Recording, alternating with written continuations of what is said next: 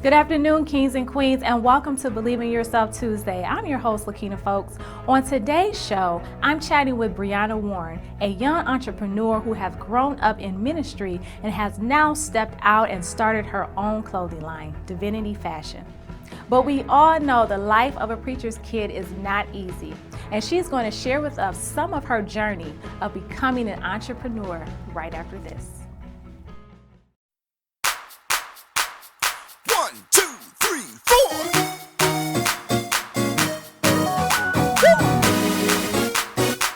Believe in yourself. You can't speak for nobody else. Believe in your dream. There's nothing you cannot achieve. Believe. I do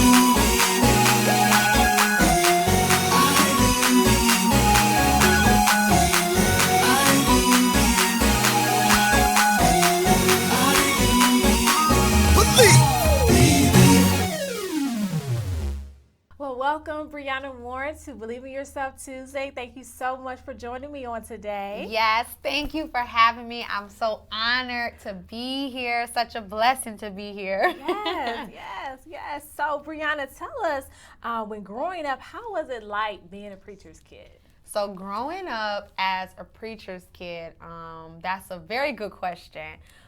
It was very challenging because I will always say that my mom and dad, before they had the actual titles as to the world as being known as pastors, they were always in church ministry. They always loved God. So in raising us, and with me being the first of my, the oldest of my parents' children, it was a lot of growing, learning.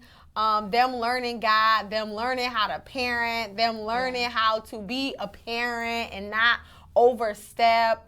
It was a lot. So I would say that it was not easy because it was a lot of sacrifices that I had to make at an early age that I did not understand, that I understand now, but I didn't understand then. So it was not easy growing up as a PK, as everybody calls it. Right. So tell us maybe one or two of those challenges. Like, what was it? Was it, just having to go to church all the time? Oh, my goodness. Strict.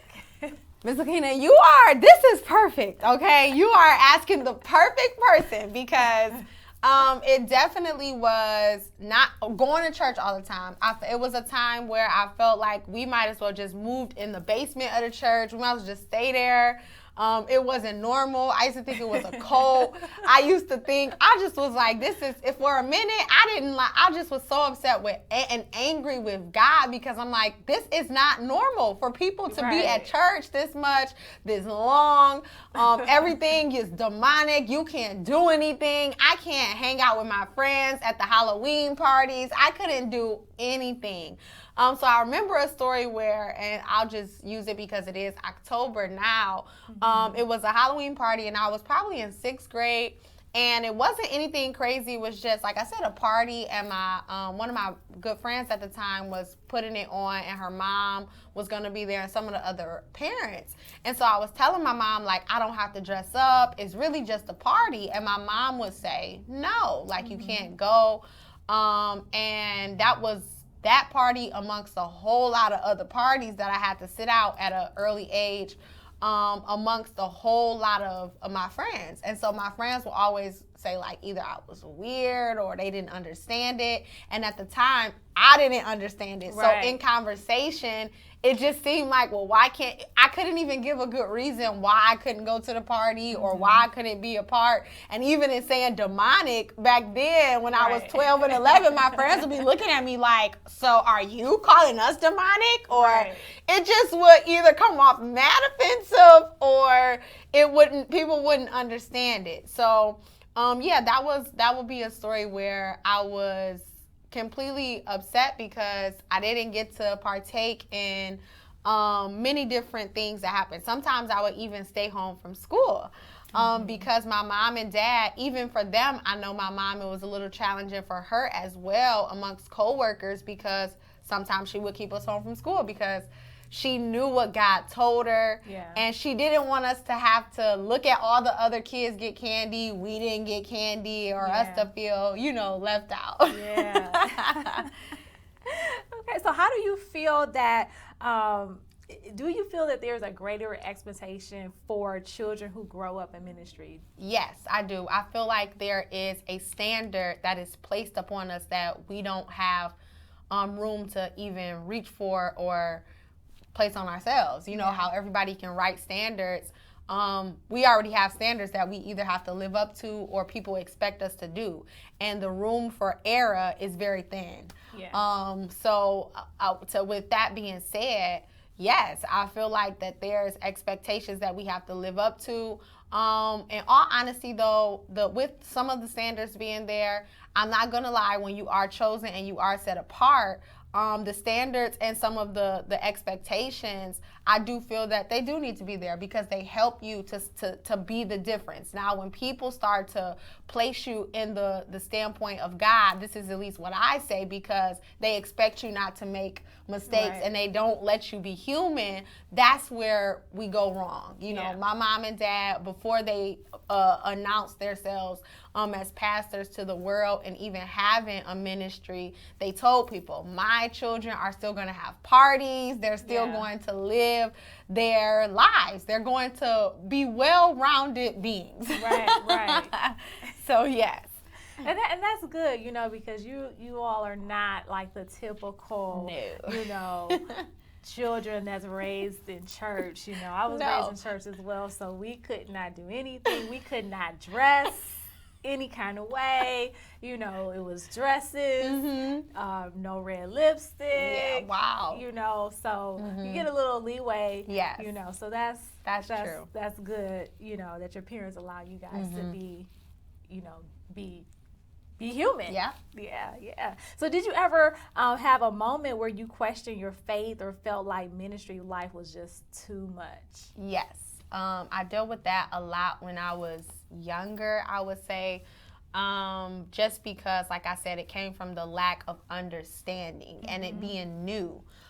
So, like I said, in my parents, in that stage of me being the first child, it was a lot that they were growing and knowing and changing their life as well. So it was a lot of times where I didn't understand, like I said, why I couldn't do certain things, or even why certain things happened to us and why certain things were the way that they were. So it made me, like I said, with me and my walk, it made me angry with God, even too, because I saw all of the different arrows that was thrown at my parents in ministry, or different stuff that would happen to them that I didn't understand. And I would say, if this is God, how is this happening, to my parents or even to our family? And a lot of people, I feel like, when they see people happy, smiling, they automatically assume that nothing is wrong with you, or that they put you in a place of perfection.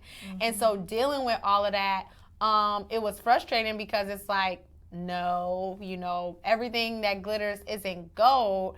And I'm so confused right now as if to why we are going to church, doing all of this, and all this craziness is happening to us. But as I, grew older, my mind completely changed. But yes, it was many times where I was discouraged, because I didn't really know God for myself. I knew God from a standpoint of looking and observation. Okay. So when was the moment that you were able to see God for yourself as you in your upbringing? When I was, it happened a lot when I was younger, but like I said, I didn't really understand it and get into it. But when I fully walked into who I was 13 years old. Okay. I was 13 years old, and that's when I never forget, I wanted to go somewhere with one of my friends, and my mom took me to this women's conference, and I never understood a lot of the stuff that my mom did, as far as to it making me go certain places, or talking to me the way that she did, as far as to it telling me the importance of certain things. But I would say I was 13 at the women's gathering, and this woman prophesied to me and was talking to me, and I'm like, man, all of this stuff is going on in my life, and it was just so fitting. God knew at that time what I needed, and at that time, every word that she spoke, I went home and I realized, like, I have to fully become who I am, and I have to do it at an early age, not just because of me, but because of all of what God wants to do with my life. Right. And so at that moment, it still wasn't easy, and still today it's not always easy. But I was 13 when I decided, you know, I'm going to fully do this, you know. Wow, 13 years old. Most 13-year-olds are not thinking about, you know, their full life and just saying, hey, I'm going to be committed to God at 13 years old. So, you know, it does shows, you know, what your parents instilled in you early on, because you made the decision at 13. That's young. I thought you were going to say 16 or 17. Oh, yeah, 13. Wow. So you kind of started, you became a minister young, in teenage years. Yeah, yes, I did. Wow. Yes, I did. So how did that impact your friendships with your friends as you made that you are decision? asking perfect questions. I had a lot of challenges around that age for me, around the ages of 12 to 15, because you have it where you know where kind of you want to go, but you don't know the route that God is taking you. So I knew that I had to be committed to God, but I didn't know what that looked like. So I didn't know what it looked like. And you talking about adding relationships and friendships, they still trying to find themselves too. Right. And so to try to make them come on a journey that I don't even know, you know, what all it entails, it's not fair. So I used to say, oh, well, people betrayed me, people left me. But as I grew up, I started to realize it's not fair to say that they betrayed me, they left me. No. It was what was needed for where I was going and for where God was taking me. But it would be times where, like I said, I would either have relationships where it would just detach, because it was, instead of Brianna being the life of the party, it was a season of my life where Brianna had to dim some of the light, because my light was a little contaminated. Right. My light wasn't shining with the light bulb, so you know, I had maybe a neon green bulb instead of a bright LED bulb. Right. But yeah, so I had to detach myself from certain people, just because of where I was going, and it wasn't easy. But what I would say is, I actually have a lot of relationships, because once I accepted who I was, you begin to see that people are actually drawn to you. And it was people who now I have good relationships with still to this day, all the way from 6th grade, because I decided to say yes to Jesus. Wow. So I was able to save more souls because I brought them to church with me. I made it cool to come to church. I used my personality as a strategy to get people to come to God, or even being 13 and ministering to some of my friends, and bringing them to church with me. Even in ministering them, it didn't look like and I see 10 years ago in your mother's womb. You know, it wasn't that, but in a 13-year-old's way of saying that we can do this, we can have fun, you're beautiful, and you have purpose, and we can, you know, find that together. And to those who were open to me and receptive, we began to stick and stay close buddies. That's amazing. That's amazing. So you have a clothing line called Divinity Fashion. Yes.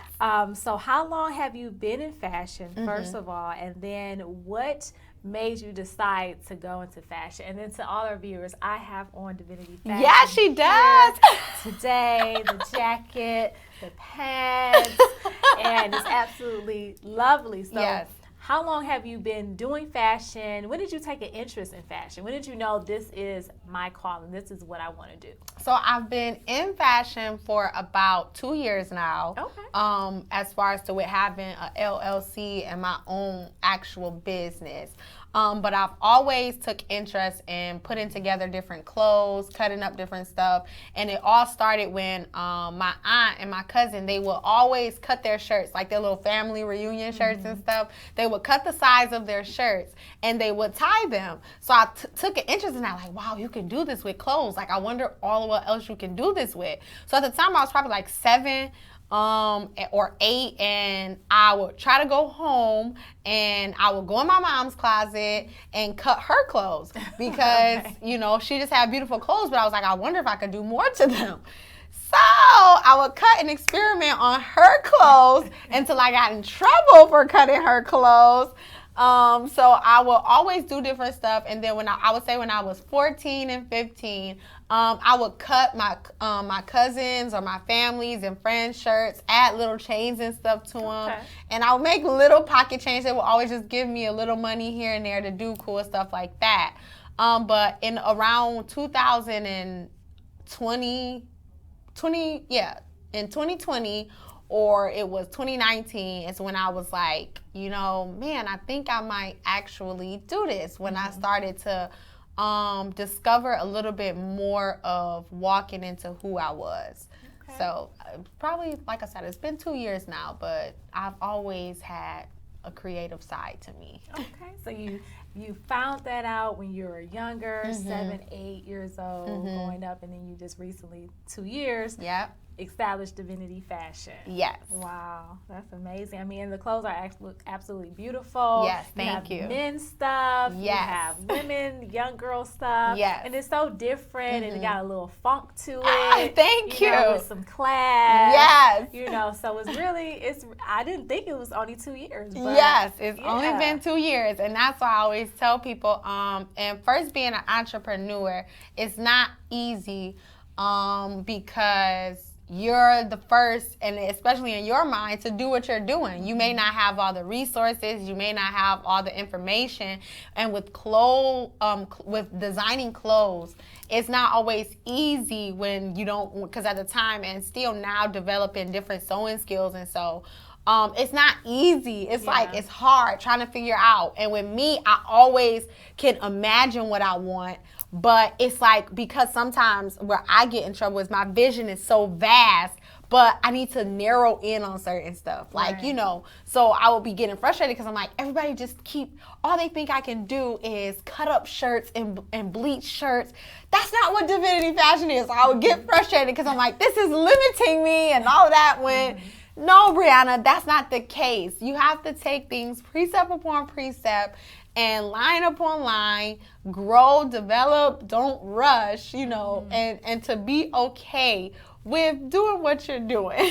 Yeah. Now, how did you come up with Divinity Fashion? I was sitting down in my bed and I kept asking out, what is the name? And I didn't hear anything, but I was sitting down one day. When I talk about this story, it's funny to me because I heard divinity. So first when I heard it, I'm like, that sounds demonic. Like, that sounds like something that don't sound good. So I'm like, divinity. So I'm walking around the house like, divinity, divinity, divinity.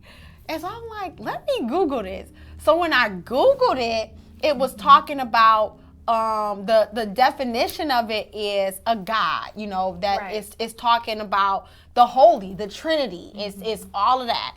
And so I was like, wow, I never knew that's what that meant. I'm like, duh, Brianna, divine. I didn't even think about that. Right. You know, I didn't put 2 and 2 together. And so that's how I was just sitting down one day and I had to figure out a name, and that's how I came up with Divinity.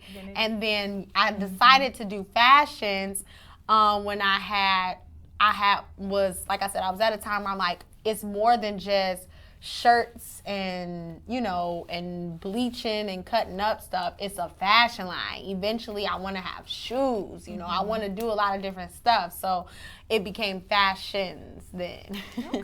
Yes.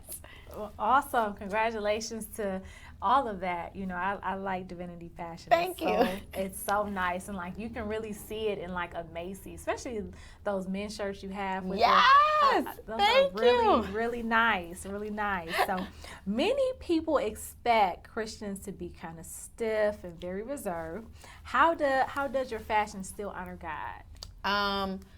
to be transparent with you, that's what I've been working on in this year and last year, is to not put on a facade. So in all honesty, it's still challenging for me sometimes because I never want people to think that I am compromising or trying to forget God because of the fashion world, the fashion industry, what's trending, and still trying to figure out what's to push the limit, because I know, and I have the Holy Spirit, so I know when God says that's too much. But you start to get real critical on yourself because you know the judgment of others. Right. And with religion and clothes, like you just said, and growing up and stuff, that still exists today. Yeah. With red lipstick and stuff, and to some people it's like, oh, that's absurd, but no, it's still a thing, and they expect you to represent God, and sometimes they expect you to do it and to not look amazing or stunning or flaunting as in doing it. And so for me, it's like, man, I don't want people to think that, I don't want them to talk about my clothing brand in that matter, but I had to break out of that and trust the God on the inside of me and just let my creativity flow, because God is in me. So if God is in me, everything that I birth he's going to be a part of. And I had to recognize that and become confident in it and stand on it. But as far as to with putting certain stuff out and doing certain stuff, still every day, like I said, I try to do a good job at trying to keep the modest and to keep things, you know, clothes, some stuff not exposed, and doing all that good, great stuff. Okay. So now I know you were in New York Fashion Week as well, so congratulations to that. Thank you. So what else is in the future for Divinity Fashion, and what do you have up next? You just had recently a fashion show. I didn't get to, so my fashion show actually is going to be rescheduled because sadly I was in the hospital. Oh, okay. Yes, I had to slow down. God slowed me down. But so my next thing that's coming up after New York Fashion Week, it opened many doors for me. I was very thankful for that, and to establish new relationships. But on my own, I've been working on the I Am a Masterpiece, and it is to establish that fashion is art, and that we are art, and that we can express ourselves, be ourselves. We can be free and be bold in who we are through our clothes, and we don't have to stop for anybody, you know. So it's going to be, that fashion show is going to be in an art gallery, and I'm so excited because it's going to be an experience. You don't want to miss that one. It was going to be October 9th, but it is going to be rescheduled, and I'm working very hard with the gallery and everybody that helped me to put it on to come out with another date, but that still will be soon, and it's going to be before next year.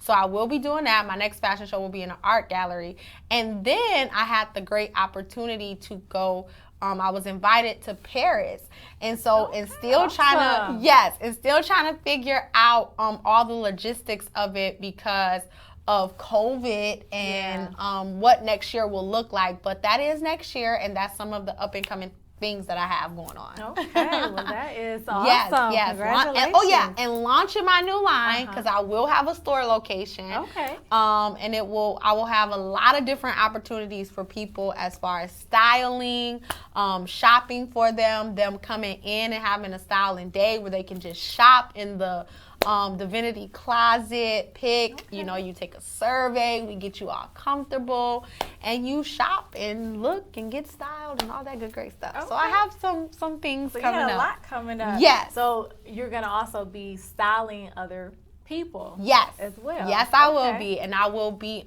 opening up my brand because I've been working on clothes as well for people to pick pre-made stuff that I've custom designed, where there's no other thing like it as far as from shoes to belt, all of that. So that is what I will be planning on doing, custom styling. I've already been getting people reaching out to me about the styling. Okay, that's awesome. Yes. And so you have a store coming up, and is that store called Divinity's Closet? No, it's not called You know what? That now, Lakina, you doing something. They might not be able to watch this now because that was good. No, but on the online option will be Divinity's Closet. Okay. Where people will get the option to, like I said, you'll be able to take a survey, and with taking a survey, you'll be able to, I'll match, you like if you like Dolce & Gabbana, if you like Tommy Hilfiger, if you like pearls, diamonds, the whole store, the whole purpose of it being a closet is because it's like your closet. So when you come in with me, I'll cater to what you like when you come in for styling. So all of what you like will be there for you to pick out, if that makes sense. That's going to be really amazing. Yes. That's going to be nice. Yes, all thank you. Okay, so that's your new business venture. Yes. Okay, all right. Yes. So let the guests know how they can reach you on social media, your website. Yes. And all that good stuff.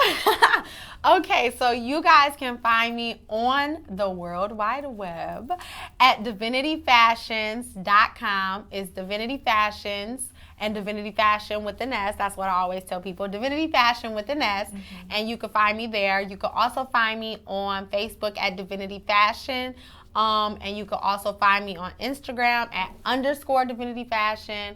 And then my personal stuff is Brianna Warren. And then on Instagram, it's 2 underscores Brianna Warren. Awesome, Brianna. It has been a pleasure having you on the show today. Congratulations to all of your success. You are amazing. And also, before we leave, just tell the guests something inspirational about believing in themselves, because truly it took you believing in yourself, believing in your fashion, having confidence in you to be able to do what you're doing, being in New York Fashion Week, opening up a store, doing all these amazing things. Although, yes, we have God, but you also have to believe in you. So just tell the guests a little bit about. Thank you so much. Yes. So what I would tell people is, in order to believe in yourself, you have to focus on you, face the person in the mirror. I want to challenge everybody to face you, accept your flaws, and to not only accept your flaws, don't compare your flaws to anybody else's, but it's important that you accept you, embrace the beautiful person that you are, without any add-ons or takeaways, with all of your flaws, so that way you can be sculpted and molded into who God has called you to be. So what I want to encourage everybody on today and leave you all with is the importance of knowing who you are and loving yourself, being you, standing out, and being free. Well, thank you so much, Brianna. Thank you. you. It's been a pleasure having you in the studio today. Yes. And thank you, Kings and Queens, for watching me today on Believe in Yourself. And as our guest, Brianna Warren, said, be you, love you, and know who it is that you are. And, just believe in you. Whatever it is that you want to do, whatever it is you aspire to do it. And just have confidence in yourself, because everything you need is right there inside of you. All you have to do is really believe in yourself. No one can take you from you unless you allow it. Put your mind to do it, and you can do it. Thank you for watching. Have a great week. 1, 2, 3, 4.